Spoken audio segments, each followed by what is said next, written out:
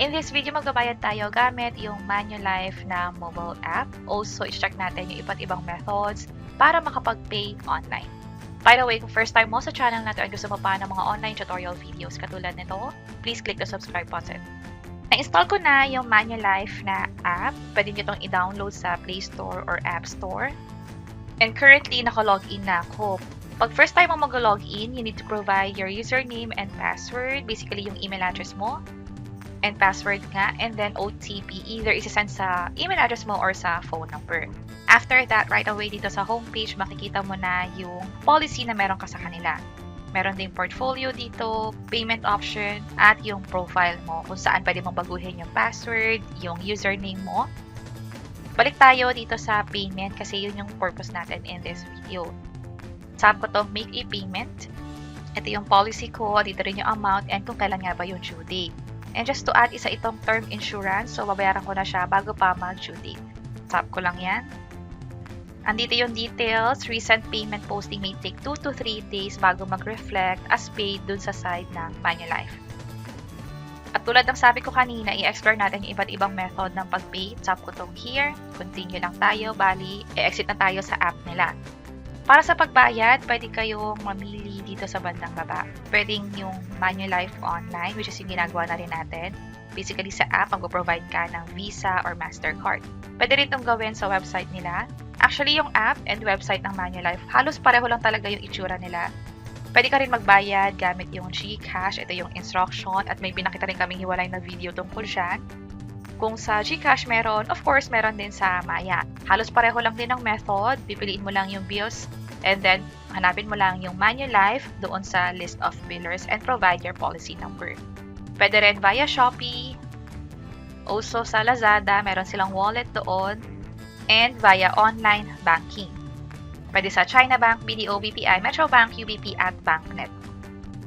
Now, balik tayo dito sa app kung saan ito yung gagamitin ko mismo sa pagbayad. So, tap ko itong Pay Premium. Amount to pay is yung total na. And for payment methods, isa lang yung option na available currently, which is yung Peso Pay. And from here, pwede tayo mag-provide ng credit or debit card details natin. Ito yung 16-digit card number. Ina-accept nila ang Visa card and Mastercard. Please choose a relationship of cardholder. Since ako'y may-ari ng debit card na pangbabayad ko rito, lalagay ko self. Pero pwede rin gamitin yung debit card ng iba. Andito yung list. Nang balik tayo, self na yung napili ko. I agree to the payment terms and conditions. Continue to payment tayo. Ngayon, naka-open yung sa Maya app ko. Punta ako sa cards kasi yung virtual card ko sa Maya ang gagamitin ko. And may Visa logo. So, obviously, it's a Visa card. Balik tayo dito. Tap ko yung Visa. Kailangan i-provide lahat na information na nakikita or nire-require dito. So, kumbatiin ko lang. Nakompleto ko na lahat ng information. Yung card number, expiry date, also yung card verification number or CVV at email address. By the way, dito sa Maya, pag sinap nyo yung virtual card, yung information na kailangan is itap nyo lang tong show card details at makikita nyo na yung 16-digit card number, yung expiry date or valid through na date, and yung CVV na din. Tap ko lang tong submit.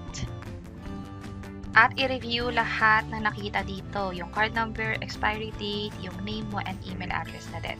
Kapag na-verify mo na, itap lang tong OK. At magpapadala ng OTP doon sa phone number na nakalink sa Maya. Which is ito na yung na-receive kong text. At ilagay lang dito yung OTP. Tap ko yung submit. By the way, pag naka-receive kayo ng OTP, wag nyo itong ibibigay sa ibang tao. It means merong transaction na nangyayari na kailangan yung i-approve. That's why kailangan ilagay yung OTP. Just to make sure na kayo talaga yung nagbabayad. Your payment transaction is completed. Mas maganda na mag-take ng screenshot as proof of payment. Pwede mo rin itong i-print para may backup copy ka na din. So, tap ko lang itong continue. And you've successfully processed your payment. May na-receive din akong text from Maya confirming this transaction. Go to homepage tayo. At wala namang confirmation dito or anything about sa payment. Instead, kung may inquiry tayo for the confirmation, pwede nating balikan yung app or pwede rin mag-double check sa Manulife by reaching out to their support or customer service. And very quick lang, na bawas na rin yung fees dito sa balance ko. Pag chinek ko yung transaction history dito sa bandang baba, meron ng nabawas na 21,779. So clearly, libre yung pagbayad ko gamit yung virtual card ko sa Maya. And also, tinitake advantage ko rin kasi yung promo nila para mas mapataas yung interest rate na meron ako. Currently kasi nasa 5% per annum ako. Pag binoost ko pa to further, pwede ko makuha yung mas mataas na interest rate o yung pwedeng kitain ng pera ko habang nakatabi nga naman dito sa Maya Bank or Maya Savings. So, pwede nyo ring i-check to and also maging dahilan na rin para sa pipiliin yung payment method para sa mga insurance nyo. And kung interesado nga pala kayo mag-open ng Maya Savings account kung saan nag-offer ito ng mas mataas na interest rate kumpara sa ibang traditional bank, pwede nyo i-check itong mga video sa baba. Sana makatulong and see you sa mga next videos. Bye-bye!